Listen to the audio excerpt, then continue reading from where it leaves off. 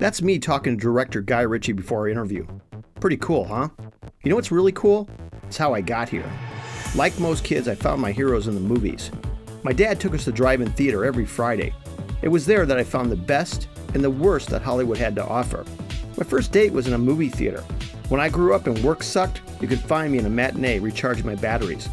Then one day I decided to create a website, I See Places, to write about movies. Tech grew and cameras went from this to this, and we started filming the Instant Movie Review. That's when a guardian angel took notice and invited me to stop talking about movies and start talking to the people that make them. And that's how I ended up here in the movie capital of the world. I'm Steve Samblis, and this is my show.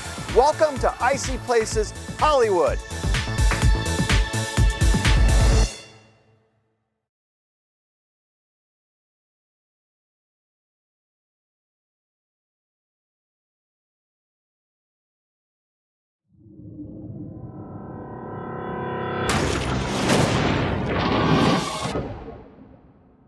We gods are losing our power.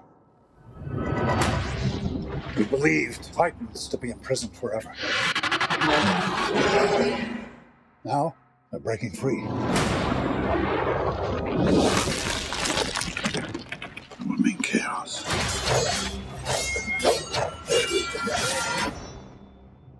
The end of the world.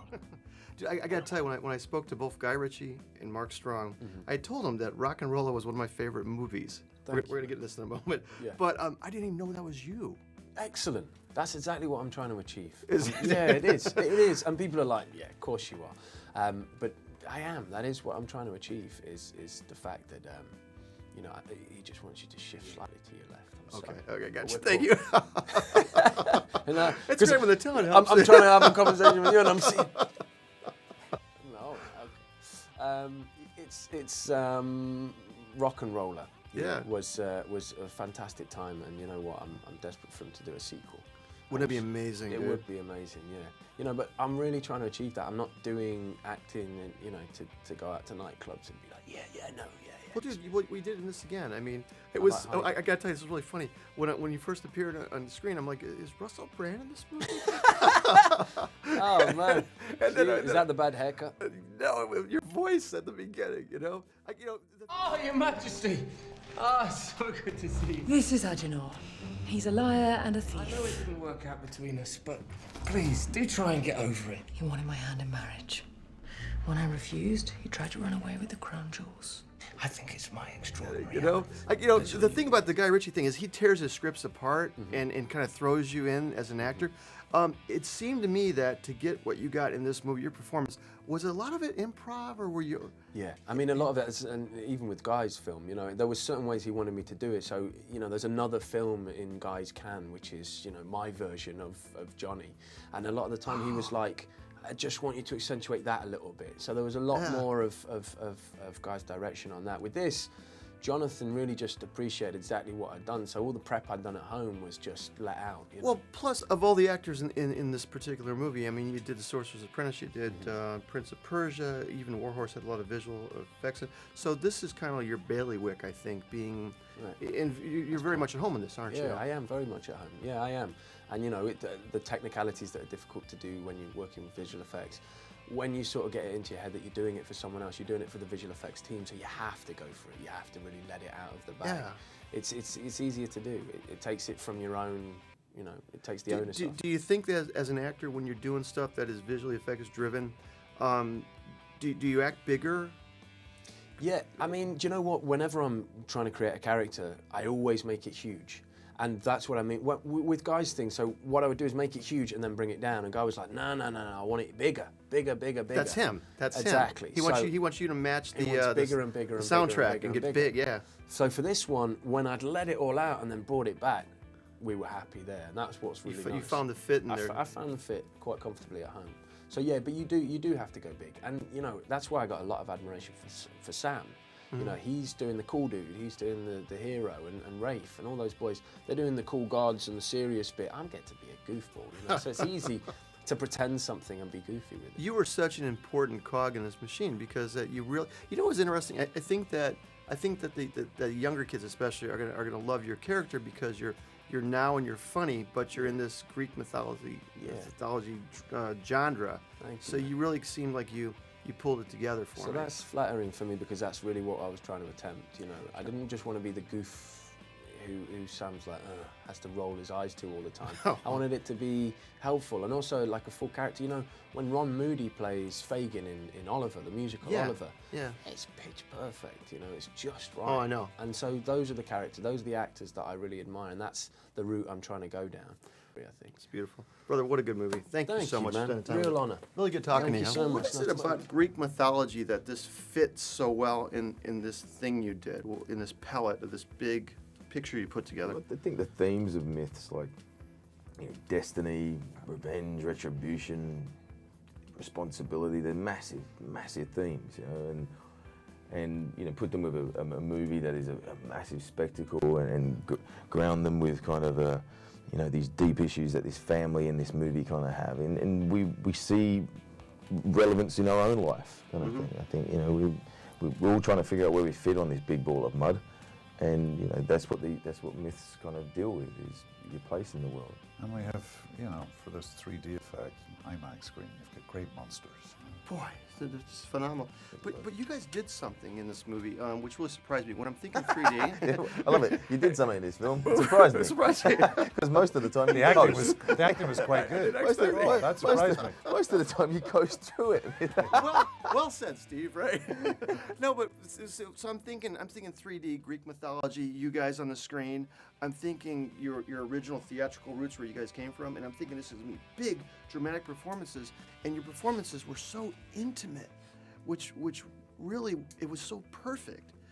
What did the director say? Bring it in, or No, we were at pains actually with the director to create that effect. To, you know, yes, we know they're gods, and the special effects guys are going to show we're gods. But so let's focus on the intimate, the humanity that exists between them, or the lack of humanity, and Jonathan did a lot of close-ups of right. us. But you're on the IMAX and he did. It was extraordinary. You kind of require it, you know, because you know it's audience is going to see these. Yes, they're going to see the spectacle, but they still want to see human stories. If our power diminishes much further, we gods will become mortal. We will die, and Cronus himself will escape. That will mean chaos, the end of the world. What am I meant to do? I know your heart better than you know it yourself. You believe your human half makes you unworthy to join us. You will learn someday that being half human makes you stronger than a god, not weaker. To be half human and half god, what is Perseus thinking? Does he have a big chip on his shoulder because he's trying to? I think he all had the a time? big chip on his shoulder in the first one. I think he was Yeah. he was an angry teenager in the first one. Yeah. In this one, he's now a dad. You know, I wanted it to be with. He's tried to hide away from his responsibility and just thinks to live a simple life in the village is fine. But sometimes you have to kind of do things that you may not want to do.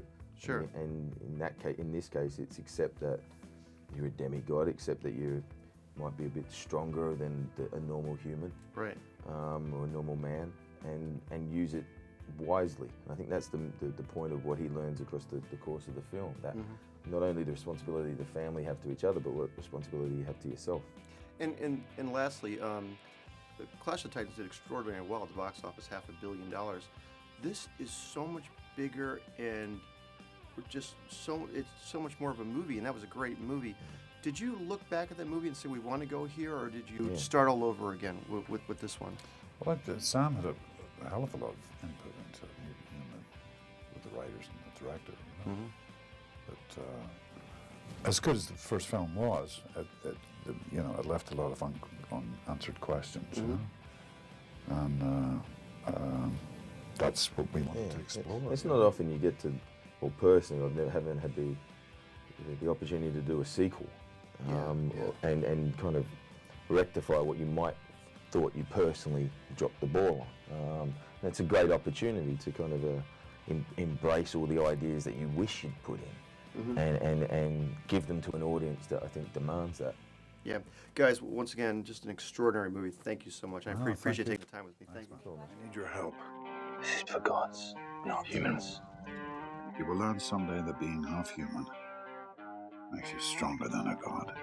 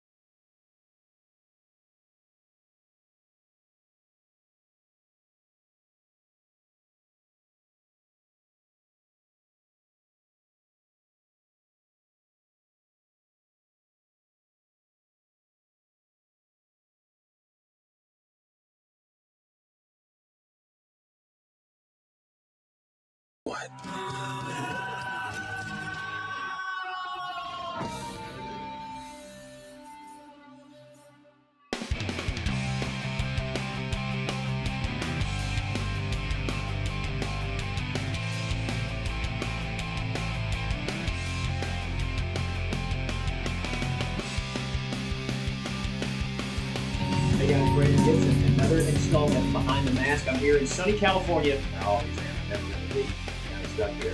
In Santa Clarita with my good pal Dan Gilbert. Dan is a veteran victim of makeup, actor, and now you're actually doing the pieces yourself and have been for a while. Yeah, that's right, Brandon. I've been a monster, professional monster for several years, an actor, stunt person, and I just sort of fell in love with the makeup and the process of actually creating the monster. So I just sort of started running with it a little bit, baby steps, and then nowadays I'm getting more and more elaborate with my projects. So.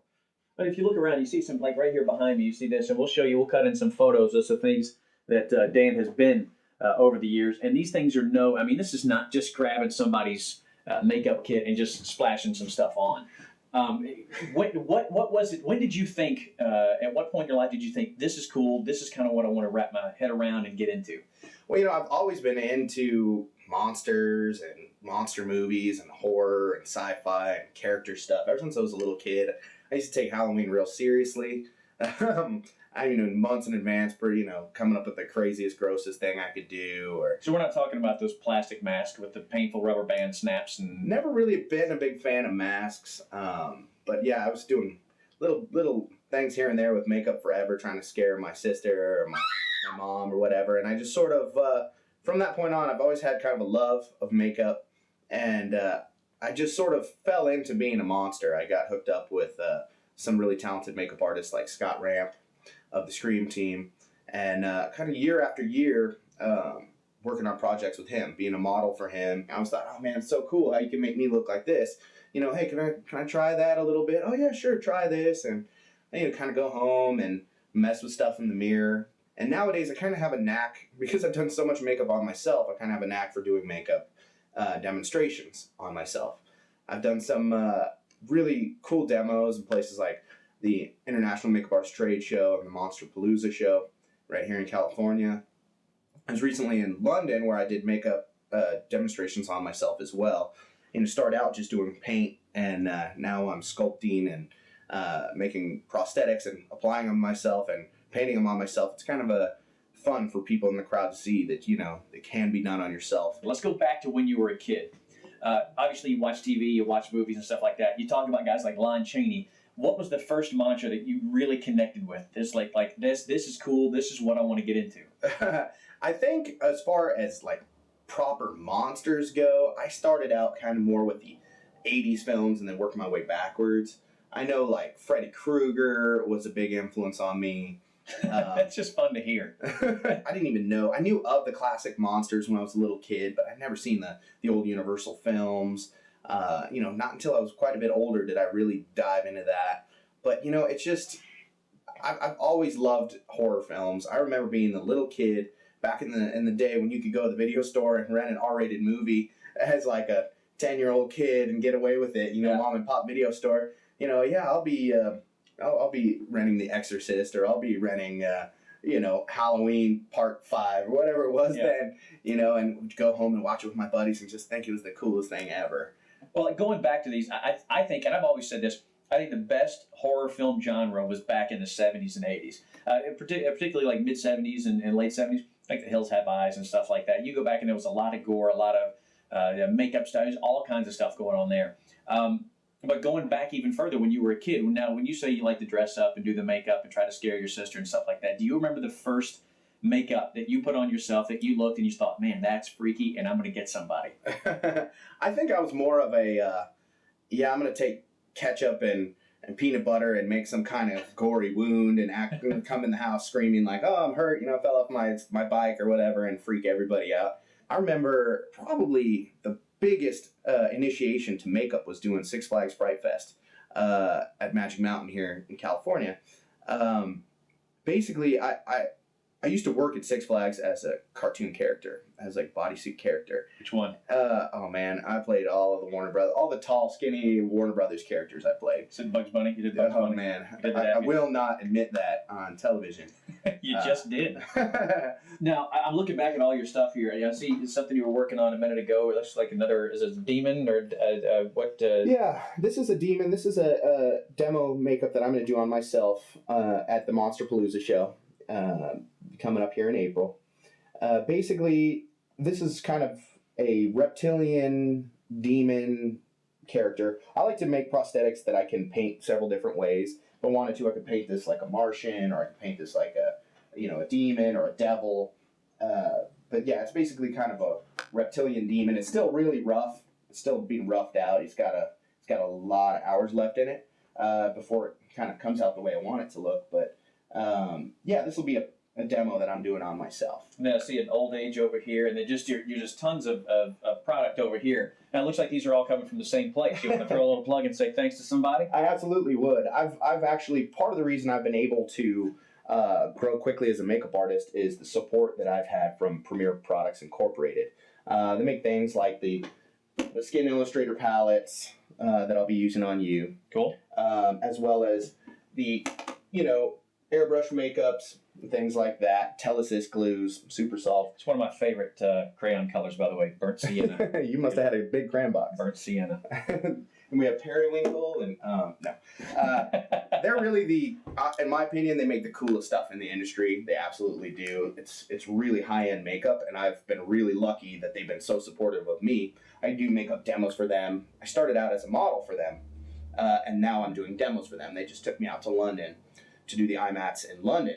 So they've been so gracious with their product that I've been able to really play and experiment and practice and do low-budget projects that probably couldn't afford this high-end makeup with the high-end makeup, and so I've grown really fast. So there's so many little tricks from, back in the day where people would put cotton up their nose and things like that, which we still do sometimes, all the way down to the latest and greatest, which is these encapsulated silicone prosthetics. This is Kelly. Kelly is 25. Hi, Kelly. Hi, Kelly. Kelly basically, I was approached by some filmmakers that said, hey, can we turn a 25-year-old girl into a 90-year-old? And I basically had 3 days to make this happen. And it was for a makeup test for this project I'm working on right now. So we did that way, and then later on we took that, and they said, oh, wow, she looks too old. They're like, yeah, she looks 90. They're like, okay, wow, we didn't know if you could really make her look 90. Now let's scale it down. So, I'll give you some we'll show you some pictures of what that looks like, of the different stages from the really old to, the different techniques that we would use to make her look, say, 60 instead of 90. This one right here. Now, this is interesting because if I'm not mistaken, was this the one you were recently in the magazine? Yeah, this is I got a couple pictures in Makeup Artist magazine this month from the London IMATS show. Let's hold this guy up and give him a good look, because we'll show you the before, and then we'll put some stills up there of the after and actual shots of Dan in the magazine. But this is obviously a guy who's had some skin issues. Yeah, I call this character Ironhead. I'll throw it on my face so you can kind of see, the way it's meant to be. But this is Ironhead. He's kind of my homage to the Dick Tracy and Batman villains, comic book style villains. I came up with the idea of he's almost like a retro Terminator. Basically would have had half of his head crushed completely and then replaced with hammer forged iron. So that's why you see this big metal plate at the top of his head there. And of course the Sometimes you have an actor who complains about the makeup, or maybe you need to get to a hard to reach body part. You know, maybe they're sitting in the chair and they get a little bit, oh, I've been sitting in the chair for 2 hours. I gotta go to the bathroom. You can't go to the bathroom. So you gonna cry?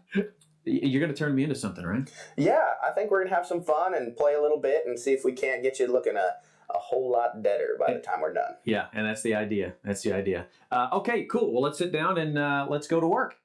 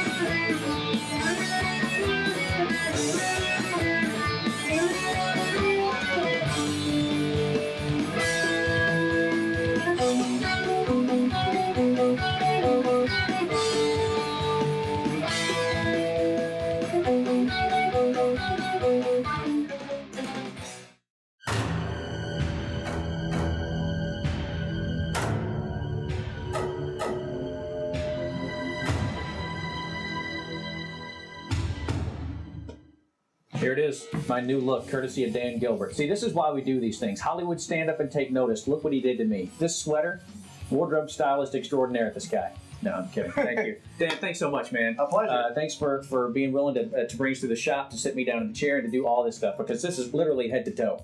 Absolutely. If there's skin, we paint it. And he did. And this is what Dan thinks I would look like were I dead. We can help. So he's clearly gotten this vision in quite a while back. I hate to let this go to waste. So we're gonna go walk around a high school or maybe a hospital or something. Consult a doctor, dentist, something. So definitely Let's some. have fun with this. You want to? Let's go take some pictures. All right. For Behind the Mask, I'm Brandon Gibson. This is Dan Gilbert. We're gonna go have fun. Let's go.